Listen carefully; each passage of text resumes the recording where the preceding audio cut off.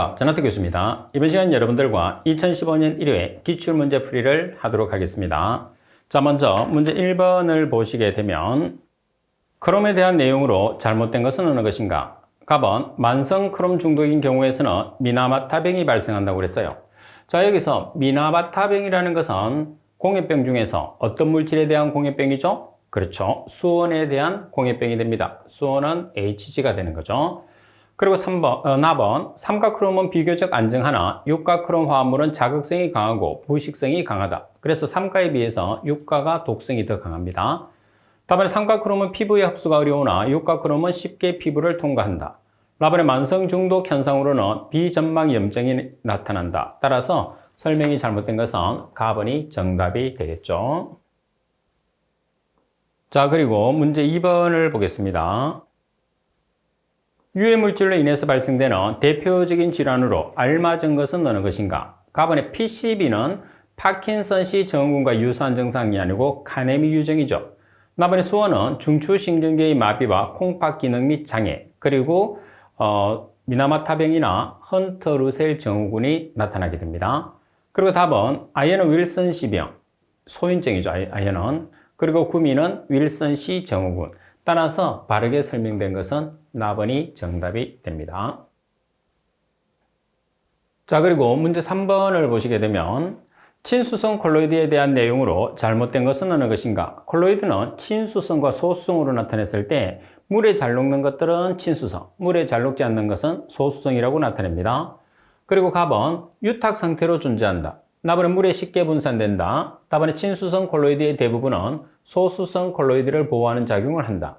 나번에 틴달 효과가 크다. 틴달 효과라는 것은 우리가 콜로이드성 물질에서 빛의 진로 현상을 볼 수 있는 거죠.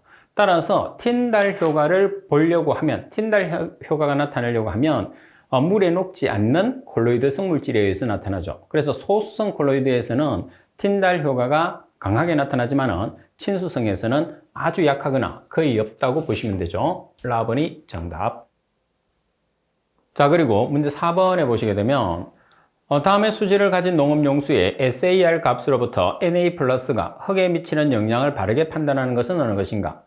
Na+는 1150mg/L, Ca+는 60mg/L, Mg+는 36mg/L, PO4 3-는 1500mg/L, I-는 200mg/L. 자, 일단은 우리가 SAR을 계산하기 위해서는 나트륨 이온, 마그네슘 이온, 칼슘 이온을 이용해서 나트륨 합착률을 계산하게 됩니다. 자, 그러면 나트륨 합착률이라는 것은 Na 플러스 나누기 루트 마그네슘 플러스 칼슘 나누기 2로 나타내겠죠. 그러면 우리가 대입했을 때 사용되는 단위는 미리 EQ/L예요. 그럼 미리노르말이 되는 거죠. 그럼 미리노르말이라는 것은 미리그램/리터 나누기 1 당량에 해당하는 미리그램으로 나눠주시면 돼요. 따라서 나트륨은 나누기 1 당량에 해당하는 미리그램이 23이죠. 그리고 칼슘은 원자량이 40이니까 20으로 나눠주시면 되고, 그리고 마그네슘은 24니까 12로 나눠주시면 돼요. 나온 값을 대입을 해주시면 되겠죠. 자, 따라서 각각을 계산을 하시게 되면 나트륨은 50ml 노르말, 칼슘은 3ml 노르말, 마그네슘은 3ml 노르말이 나왔어요. 따라서 SAR 구하는 공식에 대입을 하게 되면 28.87이 나오죠. 그럼 판정을 합니다. 판정을 했을 때 0에서 10까지는 영양이 적다. 10에서 18까지는 중간 정도 영양, 18에서 26은 높은 영양, 그리고 26 이상은 아주 큰 영양으로 판단할 수 있어요. 자, 따라서 28.87이라는 것은 약 29에 해당하죠. 그래서 영양이 아주 크다, 이렇게 우리가 판단을 해주시면 되겠죠. 따라서 정답은 라번이 정답이 됩니다. 자, 그리고 문제 5번에 보시게 되면 산화와 환원 반응에 관한 내용으로서 잘못된 것은 어느 것인가? 가번에 전자를 준 쪽은 산화된 것이고 전자를 얻은 쪽은 환원이 된 것이다. 다음에 산화수가 증가하면 산화, 감소하면 환원이라고 한다. 답은 산화제는 전자를 주는 물질이며 전자를 주는 힘이 더 클수록 더 강한 산화제라고 그랬어요. 일반적으로 산화제라는 것은 다른 물질로부터 전자를 빼앗는 거죠. 그래서 전자를 빼앗는 물질을 산화제라고 이야기합니다. 라번에 상대방을 산화시키고 자신을 환원시키는 물질을 산화제라고 한다. 따라서 답은이 정답이 됩니다.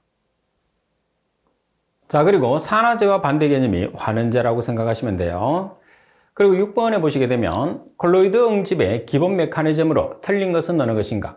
답안에 전하의 중화 맞습니다. 답안에 이중청의 압축 맞죠? 답안에 입자 간의 가교 형성 맞습니다. 답안에 중력에 따른 전단력 강화라는 건 없죠. 따라서 답안 대신에 침전물에 의한 포착이 들어가니까 답안이 정답이 됩니다. 자, 그리고 7번 문제를 보겠습니다. 7번에 보시게 되면 반응조 혼합에 대한 설명으로 잘못된 것은 어느 것인가? 몰일 지수가 1인 경우에 이상적인 플러그 흐름 상태이다. 다음에 분산수가 무한대가 되면 이상적인 플러그 흐름 상태이다. 다음에 분산이 1이면 이상적인 완전 혼합 흐름 상태이다. 몰일 지수 값이 클수록 완전 혼합 흐름 상태에 근접한다. 자, 이 내용은 여러분들이 표를 하나 만들어서 암기를 하고 있는 게 중요해요. 자, CF, STR, 그리고 PFR. 자, 그리고 순서대로 분산수, 그리고 몰일지수, 그리고 지체시간. 자, 이론에서도 우리가 암기를 했어요. 그죠? 자, 오른쪽부터 0, 0, 1, 대각선으로 1, 무한대 클수록. 자, 여기 CFS는 제로가 없잖아요. 제로가 없으니까 제로를 하나 주면 동일 이렇게 되는 거죠. 자, 그럼 여러분들이 이상적인 플러그 흐름 반응이라는 것은 PFR이에요. 그래서 몰일 지수는 PFR일 때 얼마의 값을 가지느냐? 1을 가지게 되는 거죠. 그리고 플러그 흐름 반응에서 플러그 흐름 반응 자체에서 분산수는 제로가 되는 거죠. 제로. 그리고 무한대가 된다는 것은 CFSTR입니다. 그리고 완전 혼합 상태에서 분산은 1이죠. 그리고 완전 혼합 상태에서 몰일 지수는 클수록 이렇게 돼야 되겠죠. 그래서 설명이 잘못된 것은 나버립니다. 따라서 이 문제는 여러분들이 지금 제가 그려준 이 표를 완성을 해서 꼭 기억을 하고 있어야지 문제를 보다 쉽게 맞출 수 있어요. 자, 그리고 8번에 보시면 하천의 자정작용에 대한 내용으로 잘못된 것은 어느 것인가? 가번에 보시게 되면 생물학적 자정작용인 혐기성분해는 중간 화합물의 휘발성이므로 유해한 경우가 많으며 호기성분해에 비해서 장기간 요구된다. 다음에 자정작용 중에서 가장 큰 비중을 차지하는 것은 생물학적 자정작용이라고 할 수 있다. 다음에 자정계수는 탈산소계수 나누기 제폭기계수를 뜻한다고 그랬어요.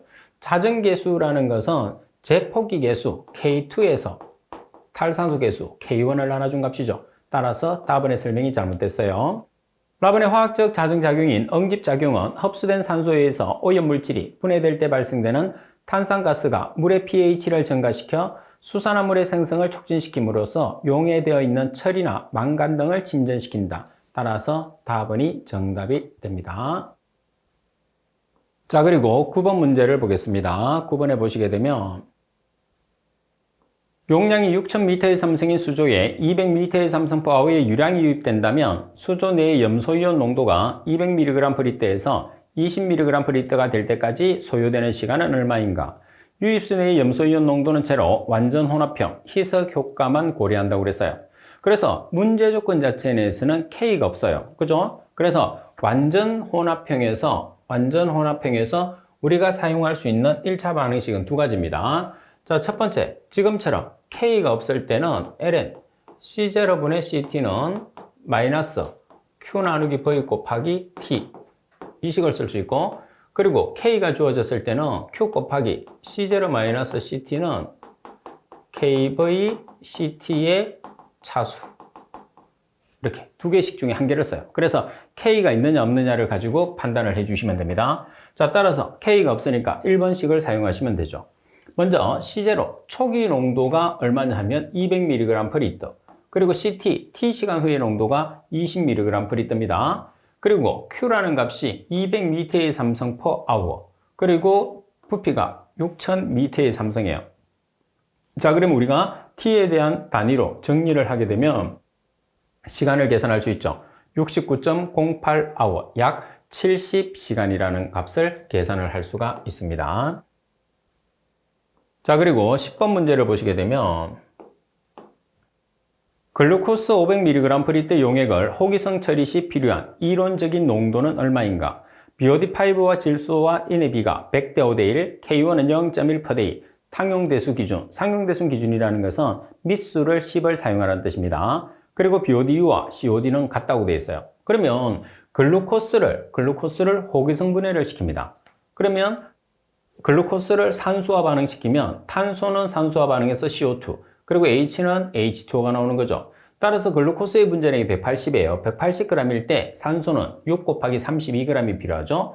지금 문제 조건에서 글루코스가 500mg/L예요. 따라서 X. 그러면 그 X가 필요한 산소량이죠. 그 필요한 산소량이 뭐가 되느냐 하면 최종 BODU가 되는 거예요. 그런데 문제 조건에서는 BOD5와 질소와 인의 비가 나와 있기 때문에 BODU를 BOD5로 전환을 시킵니다. 그러면 BOD5는 BODU 곱하기 1-10의 -K1T. 여기서 10을 사용하는 이유는 문제 조건에서 상용대수를 기준을 하라고 되어 있어요. 그래서 상용대수를 기준하게 되면 밑수를 10을 사용하게 됩니다.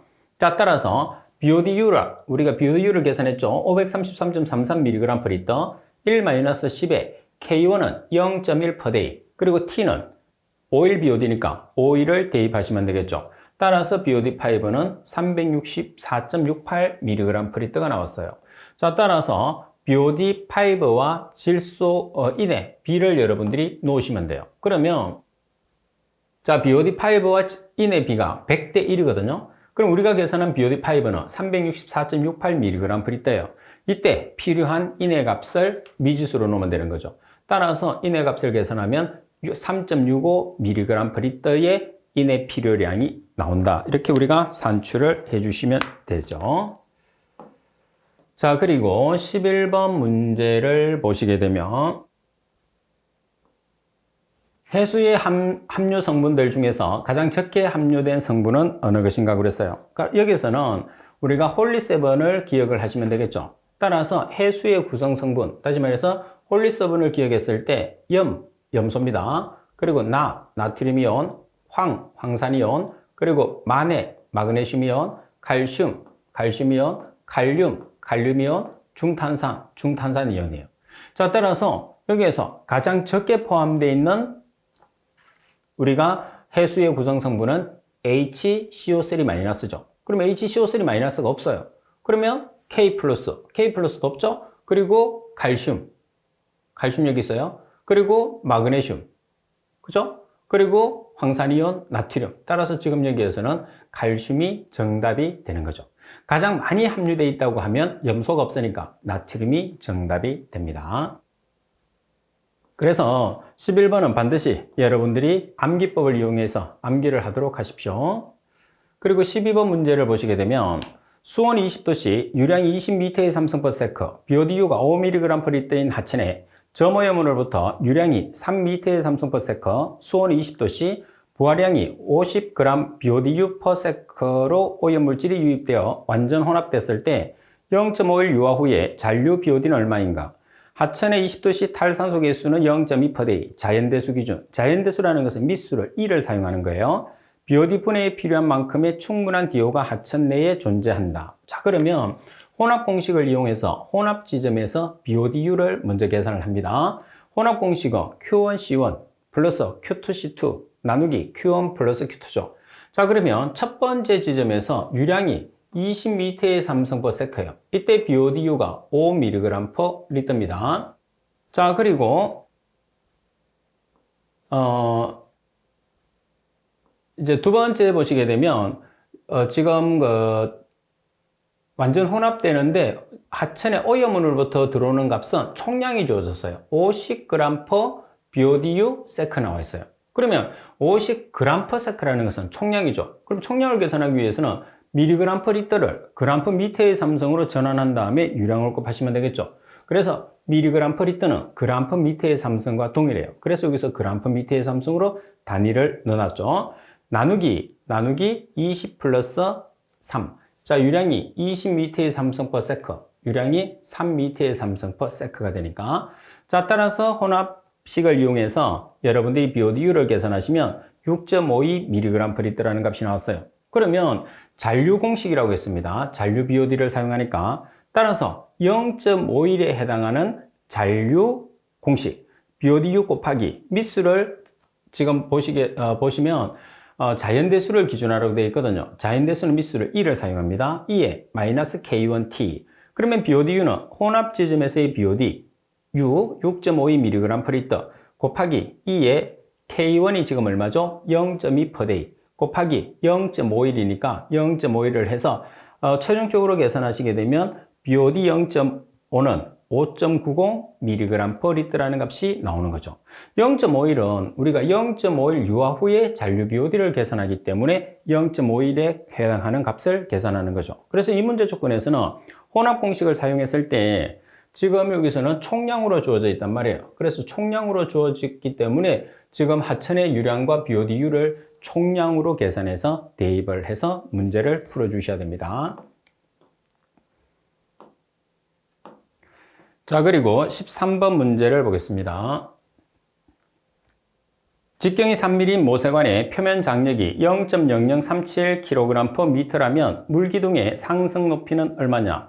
자, 상승 높이 H 구하는 공식이 주어졌어요. 그러면 H 공식이 주어졌으니까 문제를 그대로 대입하겠습니다. 4 곱하기 여기서 R이라는 것은 표면 장력이에요. 그래서 표면 장력의 값이 0.0037kg/m입니다. 그리고 코사인 베타. 지금 여기서 베타는 접촉각 5도씨가 되는 거죠. 나누기 W는 비중량입니다. 자, 문제 조건에서 비중량은 뭐를 이야기하는 거죠? 물을 이야기하니까 물의 비중량이 얼마죠? 1000kg/m의 삼성입니다. 여러분도 꼭 기억하고 계셔야 돼요. 자, 그리고 D라는 것은 직경입니다. 직경이 3mm인데 미터로 바꾸기 위해서 10의 마이너스 3승을 곱하시면 돼요. 따라서 3 곱하기 10의 마이너스 3승을 하면 미터가 되는 거죠. 따라서 계산하시면 0.0049m, 따라서 센티미터로 계산하면 0.49cm라는 H, 물기둥의 상승 높이를 계산할 수가 있습니다. 자, 그리고 14번 문제를 보겠습니다. 탈질에 대한 생물 반응에 관한 내용으로 잘못된 것은 어느 것인가? 가번, 관련 미생물은 통성 현미성균, 나번, 정식 속도는 2에서 8mg/h, 그리고 알카리도는 NO3-N, NO2-N의 환원에 따라서 알카리도 생성, 라번의 용존산소는 0mg/L에 가까움. 자, 이 문제는 출제됐을 때 동일하게 출제되기 때문에 답만 기억을 할 수 있도록 하십시오. 나번이 답이 되죠. 자, 그리고 15번에 보시게 되면 분류의 일반적인 내용으로 잘못된 것은 어느 것인가? 가번의 하수 설러지에 비해서 염분 농도와 질소 농도가 높다. 맞습니다. 나번에 다량의 유기물과 협작물을 함유하나 고액 분리가 용이하다. 고액 분리라는 것은 고체와 액체를 분리하는 거죠. 고액 분리가 어때요? 어렵습니다. 그리고 다번, 분뇨에 함유된 질소 화합물이 pH 완충 작용을 한다. 라번에 일반적으로 수집, 처분 계획을 수립 시에 1인 1일 1리터를 기준한다. 자, 따라서 잘못 설명된 것은 나번. 고액 분리가 어렵다는 것은 반드시 기억을 해 주셔야 됩니다. 그리고 16번 문제를 보시게 되면 정화조로 유입된 생분유의 BOD가 21,500mg/L, 염소이온의 농도가 5,500mg/L, 박류수의 염소이온 농도가 200mg/L라면 박류수의 BOD 농도가 30mg/L일 때의 정화조의 BOD 제거 효율을 계산하시오 그랬어요. 그러면 일반적으로 여러분들이 BOD의 제거 효율을 계산을 하게 되면 1- 유입수의 BOD 분의 유출수의 BOD 곱하기 100을 우리가 나타내잖아요. 그러면 문제 조건에서 지금처럼 유입수의 염소 농도와 유출수의 염소 농도가 주어졌다는 소리는 희석 배수치를 계산을 한다는 소리예요. 따라서 희석 배수치가 주어졌거나 아니면 희석 배수치를 우리가 계산을 할 수 있다면 유입수와 유출수의 보정을 했을 때 유출수에는 희석 배수치를 곱하시면 돼요. 반면에 유입수에서는 희석 배수치를 나눠주면 되죠. 그래서 하나로 통일시키기 위해서 제가 만든 교재에는 편의상 유출수의 희석 배수치를 곱해놨어요. 반드시 그것만 하는 건 아니라고 했죠. 조금 전에 말씀드린 것처럼 유입수에서는 나눠주셔도 관계없어요. 자, 그러면 희석 배수치를 먼저 계산합니다. 유입수의 염소농도 큰 값에서 작은 값을 나눠주시면 돼요. 5,500에서 유출수 200mg/L를 나눠주시면 희석 배수치는 27.5가 되는 거죠.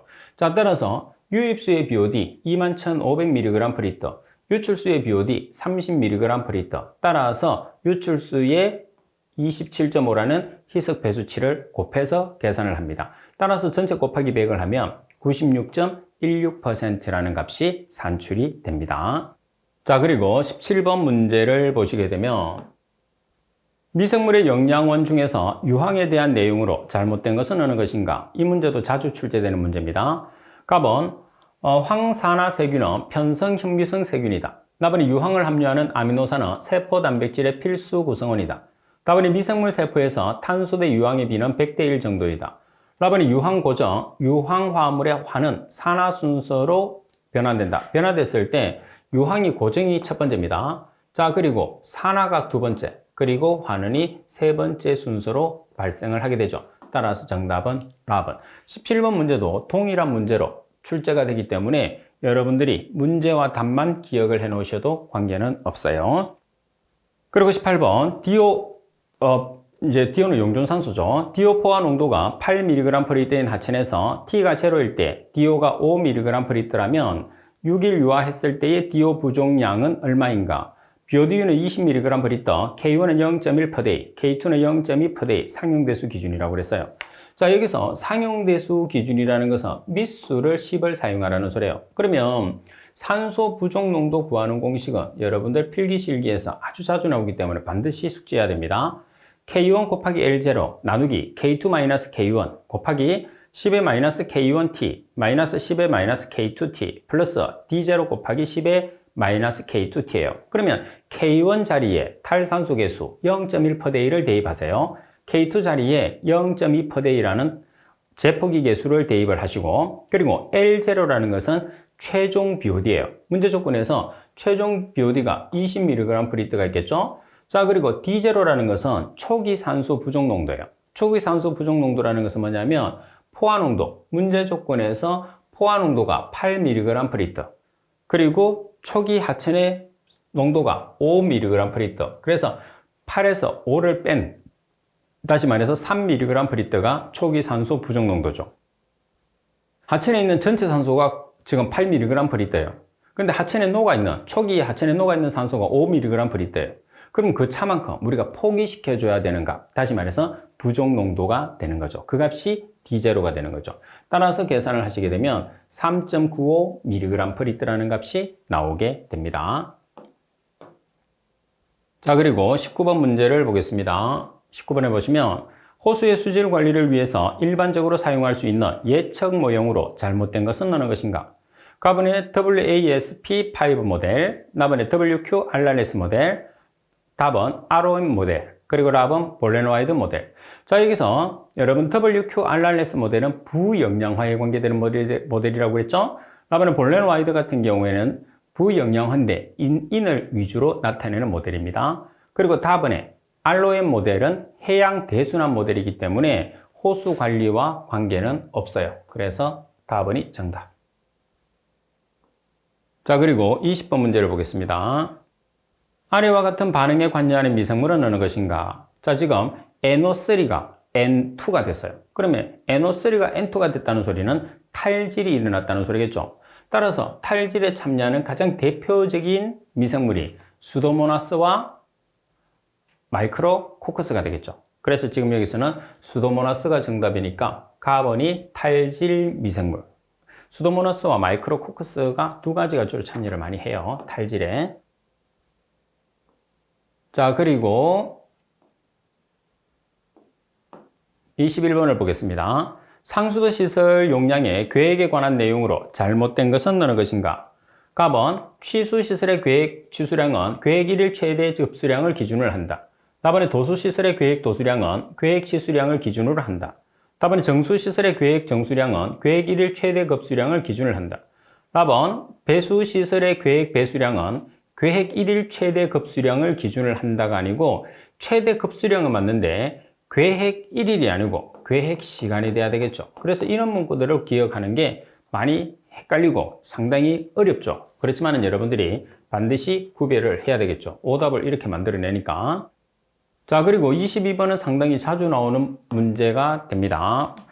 펌프의 토출량이 1.0m의 삼성/s, 토출구의 유속이 3.5m/s일 때 펌프의 구경은 얼마인가? 자, 펌프의 구경은 146 곱하기 루트 Q 나누기 V예요. 여기서 조심할 것은 뭐냐면 Q의 시간 단위는 분, 그리고 유속의 속도의 시간 단위는 세크가 된다는 것을 꼭 기억을 해야 돼요. 자, 그러면 D는 146 곱하기 Q가 지금 1.0m의 3승/s예요. 자, 세크를 분으로 환산해야 되겠죠. 그래서 세크를 분으로 환산하기 위해서 1분은 60분을 보정을 해 놓은 거죠. 나누기 유속이 3.5m/s예요. 따라서 루트를 씌워서 계산하시면 600.23mm라는 흡입 구경을 계산할 수가 있는 거죠. 아주 자주 나오는 문제. 특히 상하수도 같은 경우에서는 계산하는 문제가 특별하게 나올 게 뻔해요. 그래서 출제됐던 문제가 계속적으로 출제되기 때문에 계산하는 문제는 나오는 문제마다 꼭 숙지를 해 주셔야 됩니다. 자, 그리고 23번 문제를 보시게 되면 상수도 시설인 집수매거의 구조에 관한 내용으로 잘못된 것은 어느 것인가? 가번에 집수매거의 경사는 수평으로 하거나 500분의 1 이하의 완만한 경사로 한다. 맞습니다. 수평으로 하든지 500분의 1 이하. 자, 그리고 나번 집수매거는 지형 등을 고려해서 가능한 한 복류수 흐름 방향과 수평으로 설치하는 것이 효율적이라고 되어 있는데 수평으로 설치하는 게 아니고 수직으로 설치하죠. 이제 우리가 집수매거가 이렇게 있다고 하면 복류수가 이렇게 들어가니까 수직으로 설치합니다. 답은 집수매거의 깊이는 5m 이상, 그래서 5m 이상을 표준으로 하고 안반 지역이나인 경우에서는 2m 이하도 관계없죠. 답은 집수매거의 길이는 시험 우물 등에 의한 양수 시험 결과에 따라서 정한다. 따라서 설명이 잘못된 것은 나번이 정답이 됩니다. 자, 그리고 24번 문제를 보겠습니다. 우물의 양수량 결정 시에 적용되는 적정 양수량의 정의로 알맞은 것은, 자, 우리가 적정 양수량이라는 것은 한 개 양수량의 70% 이하죠. 따라서 한 개 양수량의 70% 이하, 답은이 정답이 됩니다. 자, 그리고 25번 문제를 보겠습니다. 25번에 보시면 상수도 시설의 등급별 내진 설계 목표에 관한 설명이다. 갈로 안에 알맞은 말은 어느 것인가? 상수도 시설물의 내진 성능 목표에 따른 설계 지진 강도는 붕괴 방지 수준에서 시설물의 내진 등급이 1등급인 경우에서는 재현 주기가 1번, 2등급인 경우에서는 재현 주기가 2번에 해당하는 지진 지반 운동으로 한다고 그랬어요. 그러면 1등급인 경우에서는 아주 길죠. 1000년. 2등급인 경우에서는 500년을 우리가 기준을 하게 됩니다. 따라서 라번이 정답. 자, 그리고 26번 문제를 보시게 되면 길이가 1.2km의 하수관이 2퍼밀이라는 것은 1000분의 2가 되죠. 경사로 매설되어 있을 경우에 이 하수관 양당 끝 간의 고저 차이가 얼마인지를 계산하시오 그랬어요. 자, 그럼 실제로 우리가 표현을 해보면 자, 이렇게 표현을 할 수가 있거든요. 자, 그러면 H, 델타 H 높이, 자, 길이 델타 L이 1.2km예요. 그죠? 그럼 경사 I는 2퍼밀, 다시 말해서 1000분의 2가 된다는 소리예요. 여기서 뭐를 계산하느냐? H를 계산하는 소리겠죠. 따라서 H는 기울기 곱하기 델타 L이죠. 그럼 기울기는 1000분의 2 곱하기 길이는 1.2km. 킬로미터를 미터로 환산하기 위해서 10의 3승을 곱하면 미터가 되는 거죠. 따라서 델타 H는 2.4m라는 값으로 계산을 할 수가 있습니다. 자, 그리고 27번 문제를 보시게 되면 하수 처리 시설이 순산소 활성 설레지법에 대한 내용으로 잘못된 것은 어느 것인가? 우리가 공기를 주입을 보통 하는데 지금 순산소 활성 설레지법에는 산소만 우리가 추출해서 공급하는 것을 이야기하는 거죠. 자, 가번 익류 설레지 발생량은 설레지의 체류 시간에 의해서 큰 차이가 나므로 표준 활성 설레지법에 비해서 일반적으로 적다. 여기서 익류 설레지라는 것은 폐설레지량을 뜻하죠. 답은 MLSS 농도는 표준 활성 설레지법의 2배 이상으로 유지 가능하다. 답은 포기조 내의 SVI, 설레지 용적 지수죠. 보통 100 이하로 유지되고 설레지 침강성은 양호하다. 일반적으로 SVI가 50에서 150 사이에서 설레지 침강성이 우수하다고 이야기하죠. 답은 2차 침전지에서 스크미 거의 발생하지 않는다. 스크미라는 것은 찌꺼기죠. 지금 순산소 활성 설레지법에서는 2차 침전지에서 스크미 많이 발생하는 단점을 가지게 됩니다. 따라서 라번이 정답. 자, 그리고 28번 문제를 보겠습니다. 정수시설의 착수정 구조와 형상에 대한 설계 기준으로 잘못된 것은 어느 것인가? 답은 착수정은 분할을 원칙적으로 하며 고수 이상으로 유지되도록 원료관이나 원료위어를 설치한다.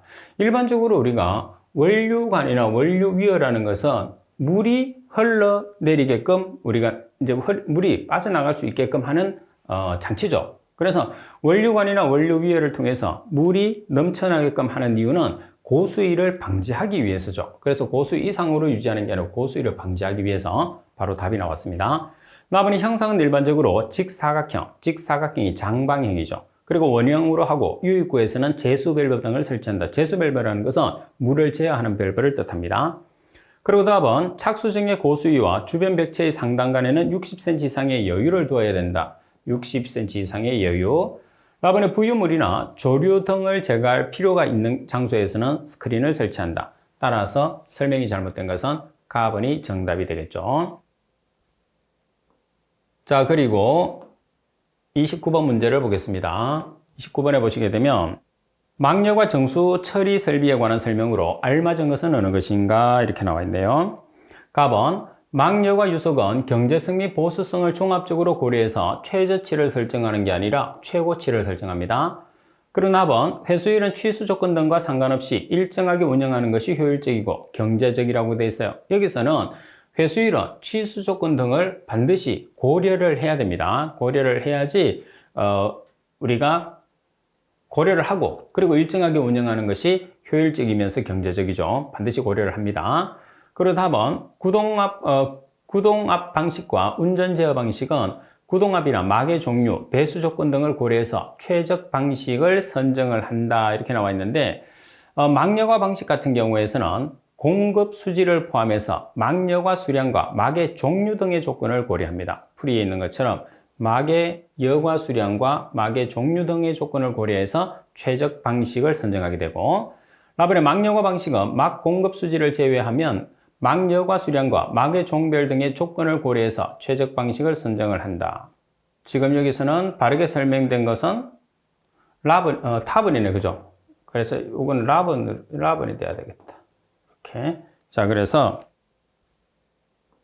다시 설명을 드리게 되면 라번의 막여과 방식은 막 공급 수지를 제외하면 아니고 여기서 막 공급 수지를 포함을 합니다. 포함을 한 다음에 막여과 수량과 막의 종류 등의 조건을 고려해서 최적 방식을 선정을 해야 되고 그리고 답은 맞는 말입니다. 구동압 방식과 운전 제어 방식은 구동압이나 막의 종류, 배수 조건 등을 고려해서 최적 방식을 선정을 한다. 따라서 바르게 설명된 것은 답은 한 개밖에 없어요. 자, 그리고 30번 문제를 보시게 되면 구경이 400ml인 직렬 펌프의 토출량이 10m의 삼성/미니처, 규정 전량정이 40m, 규정 회전 속도가 4200rpm일 때 비회전 속도는 얼마냐고 그랬어요. 그러면 비회전 속도 NS 상당히 시험에서 잘 나오죠. 항상 시험에 나온다고 보고 꼭 정리를 해놔야 됩니다. N 곱하기 N은 펌프의 회전수죠. Q 나누기 H, Q의 2분의 1성, H의 4분의 3성, Q는 토출량, H는 전량정을 뜻합니다. 그러면 N이라는 회전수가 4200rpm입니다. 그리고 Q는 10m의 삼성/미니처, H 전량정은 40m죠. 그래서 Q의 2분의 1성, 그리고 H의 4분의 3성을 해서 계산을 하시면 835.03 rpm이라는 값이 나오게 되죠. 아주 시험에서 단골 문제입니다. 그래서 상하수도에서는 거의 나왔던 계산하는 문제가 숫자만 바뀌어서 나온다는 걸 기억을 하고 꼭 숙지를 해 놓으셔야 됩니다. 그리고 31번 분류식이라는 것은 오수와 우수가 서로 다른 관을 뜻하는 거죠. 분류식의 하수 배제 방식에서 펌프장 시설의 계획 하수량 결정 시 유입 방류 펌프장 계획 하수량으로 알맞은 것은 자, 유입 방류 펌프의 계획 하수량은 계획 시간 최대 오수량을 기준합니다. 따라서 계획 시간 최대 오수량이니까 가번이 정답이 되겠죠. 자, 그리고 32번 문제를 보겠습니다. 상수도 시설 중에서 저수 시설인 하구 2개에 대한 내용으로 잘못된 것은 어느 것인가? 답은 개발 수량은 중소규모의 개발이 기대된다. 답은 경제성은 일반적으로 댐보다 저렴하다. 답은 설치 지점은 수요지 가까운 하천의 하구에 설치하여 농업용수에 바닷물의 침해 방지 기능을 겸하는 경우가 많다. 답은 저류수의 수질은 자체 관리로 비교적 양호한 수질을 유지할 수 있어 염소이온 농도에 대한 주의가 필요 없다고 그랬어요. 저류수의 수질 같은 경우에서는 자체 관리로는 양질의 수질을 유지하기가 어려워요. 그래서 염소를 사용을 하기 때문에 염소이온 농도에 대한 주의가 필요합니다. 따라서 설명이 잘못된 것은 라번이 되고요. 자, 그리고 34번 문제를 보시게 되면 용종공기 부상법에 대한 설명이다. 갈로 안에 알맞은 것은 어느 것인가? DAF가 용종공기 부상입니다. 용종공기 부상법을 운영하는 정수장에서 고탁도 갈로의 원소가 유입되는 경우에는 DAF 전에 전처리 시설로서 예비 침전지를 두어야 된다고 그랬어요. 그러면 그 고탁도라는 값이 얼마의 값이냐면 100 NTU 이상입니다. 따라서 가번이 정답이 됩니다. 자, 그리고 34번 문제를 보시게 되면 하수처리 공법 중에서 접촉산화법에 관한 내용으로 잘못된 것은 접촉산화법은 여제의 미생물을 부착을 시켜서 처리하기 때문에 부착성장식이죠. 자, 갑은 반송설러지가 필요하지 않으므로 운전관리가 용이하다. 부착성장식에서는 반송설러지가 필요 없습니다. 다음에 생물상이 다양하여 처리 효과가 안정적이다. 다음에 부착 생물량이 임의 조정이 어려워서 조작 조건 변경에 대응하기 쉽지 않다고 그랬어요. 자, 접촉산화법 같은 경우에서는 부착 생물량이 임의 조정이 용이합니다. 그래서 조작 조건에 대한 대응이 아주 쉬워요. 그리고 접촉제가 존에 있기 때문에 부착 생물량의 확인은 어렵죠. 따라서 답은이 잘못된 설명입니다. 그리고 35번 문제를 보시게 되면 도수관 설계 시에 접합증에 관한 내용으로 잘못된 것은 어느 것인가? 갑은 구조상 안전한 것으로 충분한 수밀성과 내구성을 지니며 용량은 계획 도수량의 3분 이상으로 한다고 되어 있는데 여기서 3분이 아니라 1.5분 이상이 됩니까? 가번이 정답. 다음은 유입 속도가 큰 경우에서는 접합증 내에 원료벽 등을 설치하여 유속을 감쇄시킨 다음 유출관으로 유출되는 구조로 한다. 다음은 유출관의 유출구 중심 높이는 저수위에서 관경의 2배 이상 낮게 하는 것을 원칙으로 한다. 라번의 필요에 따라서 양수장치, 배수설비, 원료장치를 설치하고 유출구와 배수설비에는 제수밸브 또는 제수문을 설치한다고 되어 있어요. 따라서 정답은 가번. 자, 그리고 36번 문제를 보시게 되면 하수 처리 시설의 계획 유입 수질의 산정 방식으로 알맞은 것을 찾으시오 그랬어요. 자, 여기서 우리가 산정 방식은 계획 오염 부하량을 계획 1일 평균 오수량으로 나누어 줍니다. 그러면은 가번이 되겠죠. 자, 계획 오염 부하량을 계획 1일 평균 오수량으로 나누어 줘서 계산을 하게 되면 되겠죠. 자, 따라서 정답은 가번. 자, 그리고 37번 문제를 보겠습니다.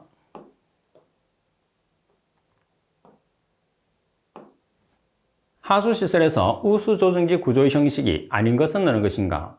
자, 우리가 우수조정지 구조 형식으로는 댐식을 사용을 하죠. 그리고 저하식, 그리고 굴착식을 사용하죠. 그래서 유하식은 사용하지 않습니다. 라번이 정답. 그리고 38번.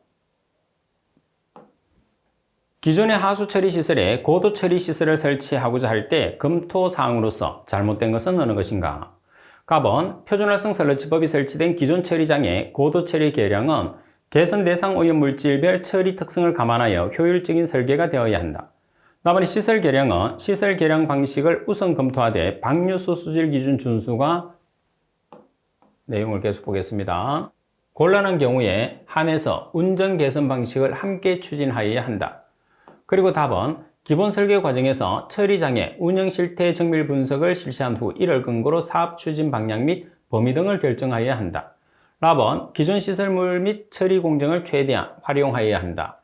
자, 여기서 설명이 잘못된 것은 나번인데 나번은 시설 계량은 시설 계량 방식을 우선 검토를 합니다. 방류수술 기준 준수 여부와는 상관없이 운전 개선 방식을 함께 추진하는 게 일반적인 방향이다. 이렇게 보시면 돼요. 그래서 나번이 정답이 됩니다. 자, 그리고 39번 문제를 보시면 하수도 시설 기준의 우수 배제 계획에서 계획 우수량을 정했을 때 빗물 펌프장의 확률 연수 기준으로 알맞은 것은. 자, 두 가지로 우리가 표현을 했어요. 자, 빗물 펌프장의 확률 연수는 30에서 50년. 자, 그리고 계획 우수량 산정 시의 확률 연수는 10에서 30년이 됩니다. 따라서 빗물 펌프장의 확률 연수니까 30년에서 50년이 되죠. 따라서 답은이 정답. 자, 그리고 40번 문제를 보겠습니다. 계획 오수량을 정할 때 고려되는 지하 수량에 관한 내용으로 알맞은 것은 어느 것인가 그랬어요. 1인 1일 최대 오수량, 평균 오수량이에요. 그러면 평균 오수량, 최대 오수량 중에서는 최대 오수량이 되겠죠. 자, 최대 오수량. 그리고 5에서 10%, 10에서 20%예요. 10에서 20%. 따라서 라번이 정답. 지하 수량은 1인 최대 오수량의 10에서 20%를 기준을 하게 됩니다. 자, 이번 시간 수업은 이것으로 마치도록 하겠습니다.